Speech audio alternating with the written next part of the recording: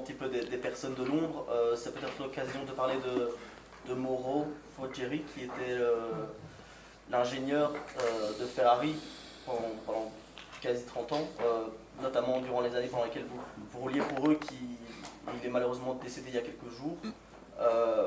Vous retenez quoi de son travail, de votre relation avec lui? Nous avons vécu ensemble, enfin tout bien, tout honneur, mais nous avons vécu ensemble d'une époque où il n'y avait pas les ordinateurs, pas le côté scientifique des choses qu'on vit aujourd'hui, où les choses étaient nettement plus empiriques. Si je pense à Mauro Foggieri, évidemment, je pense à l'époque où cette époque où nous étions des mercenaires et plutôt des amateurs, cette époque où on allait aux courses, il y avait un camion dans lequel il y avait les voitures, les 2 ou 3 voitures. Dans les soutes du camion, il y avait la boîte de vitesse et un moteur de réserve éventuellement. Le parking, c'était généralement une prairie. Il n'y avait pas de mobil-home, il n'y avait pas de confort, mais il y avait une ambiance merveilleuse.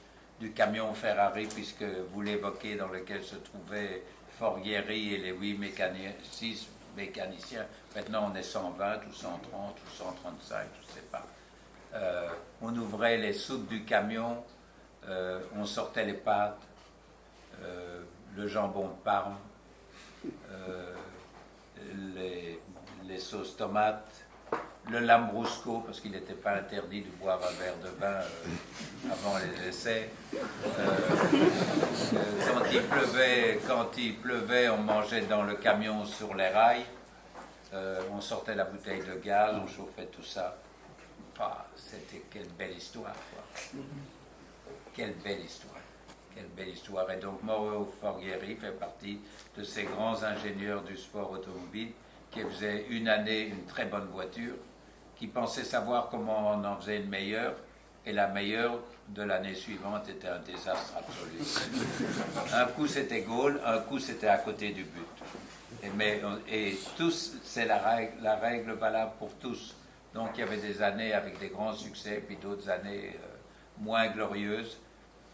Belle vie, belle réussite, vous l'avez dit, 30 ans de passion, de construction de voitures de course en tout genre, d'endurance et compagnie.